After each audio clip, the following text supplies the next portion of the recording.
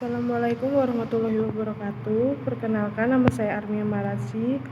Saya akan menjelaskan 5 tahapan perkembangan manusia menurut Brown Van Brenner, yaitu pertama adalah mikrosistem. Lingkungan mikrosistem adalah lingkungan yang paling kecil dan langsung dihadapi oleh anak, yaitu lingkungan di mana ia hidup dan bertemu dengan orang-orang yang berinteraksi secara langsung. Mikrosistem mencakup rumah, sekolah, atau penitipan anak, kelompok teman sebaya, atau lingkungan komunitas dari sang anak. Interaksi di dalam mikrosistem biasanya melibatkan keterlibatan pribadi dengan keluarga, teman sekelas, guru, pengasuh yang memberi pengaruh kepada anak. Bagaimana cara orang-orang dalam lingkungan tersebut berinteraksi dengan anak akan mempengaruhi bagaimana anak tersebut tumbuh. Begitu pula cara anak bereaksi terhadap orang-orang dalam mikrosistem yang mempengaruhi bagaimana mereka memperlakukan anak tersebut. Pengaruh mikrosistem terhadap tumbuh kembang anak berupa teori ekologi dalam psikologi perkembangan. Bisa dilihat juga dari contoh-contoh macam pola asuh anak menurut psikologi yang sering diterapkan oleh orang tua. Kedua, mesosistem. Mesosistem meliputi interaksi antar mikrosistem yang berbeda di mana seorang anak berada. Pada intinya, mesosistem adalah suatu sistem yang terbentuk dari mikrosistem dan melibatkan hubungan antara rumah dan sekolah, teman sebaya dan keluarga, atau antara keluarga dan sekolah dalam psikologi perkembangan. Bermain dengan teman sebaya dengan relasi yang baik dapat mengurangi tekanan pada anak, meningkatkan perkembangan secara kognitif, dan lain sebagainya. Contoh lain,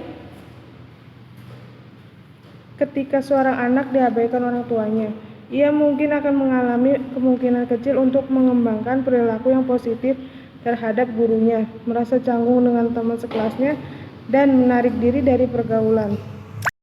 Yang ketiga, ekosistem. Ekosistem berkaitan dengan hubungan yang mungkin terjadi antara dua atau lebih setting lingkungan.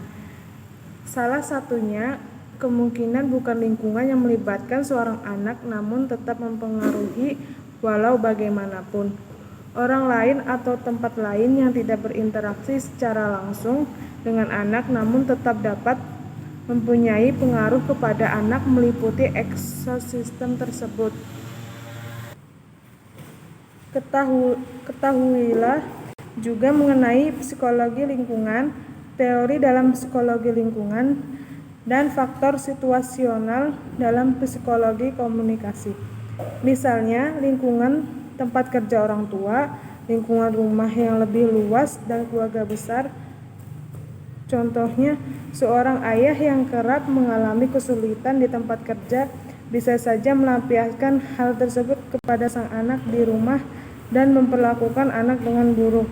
Ibu bekerja yang menitipkan anak kepada babysitter atau pengasuh tersebut banyak menonton televisi dengan tayangan yang penuh kekerasan dan lainnya. Keempat, makrosistem. Lingkungan yang paling besar dan jauh dari orang-orang dan tempat yang masih dapat memberikan pengaruh signifikan pada anak adalah makrosistem. Lingkungan ini tersusun akan pola budaya dan nilai-nilai sang anak, khususnya keyakinan dan ide dominan anak sebagai sistem politik dan ekonomi. Konteks budaya akan melibatkan status sosial dan ekonomi dari seseorang atau keluarganya, etnis, atau ras. Misalnya, anak-anak di daerah perang akan mengalami perkembangan yang berbeda daripada anak yang tumbuh di masyarakat yang damai dan sejahtera. Orang yang dilahirkan di keluarga miskin akan harus bekerja keras setiap harinya, melebihi orang-orang lain. Anggaran pendidikan yang dikurangi oleh pemerintah juga dapat mempengaruhi perkembangan anak.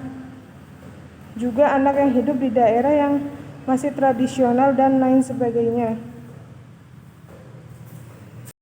Kelima, kronosistem. Kronosistem memberikan kegunaan dari dimensi waktu yang mempertunjukkan pengaruh akan perubahan dan kontinuitas dalam lingkungan seorang anak.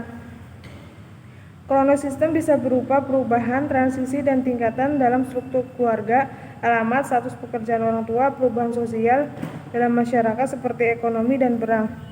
Mungkin juga melibatkan konteks sosial budaya yang dapat mempengaruhi seseorang. Contoh klasiknya adalah perceraian.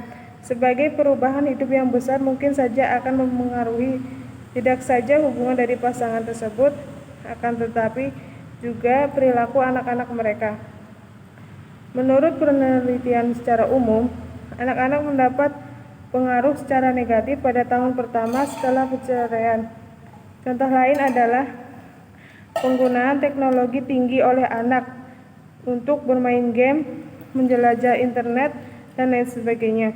Adapun sebagai konstruksi dari teori-teori tersebut, setiap sistem mengandung peraturan, norma, dan peran yang akan membantu perkembangan psikologis seseorang. Contohnya, keluarga yang tinggal di pemukiman tengah kota akan menghadapi banyak tantangan dibanding keluarga yang tinggal di komunitas terbatas seperti kejahatan atau kemiskinan. Demikian dari penjelasan saya tentang 5 tahapan perkembangan manusia menurut Bronfenbrenner. Wassalamualaikum warahmatullahi wabarakatuh.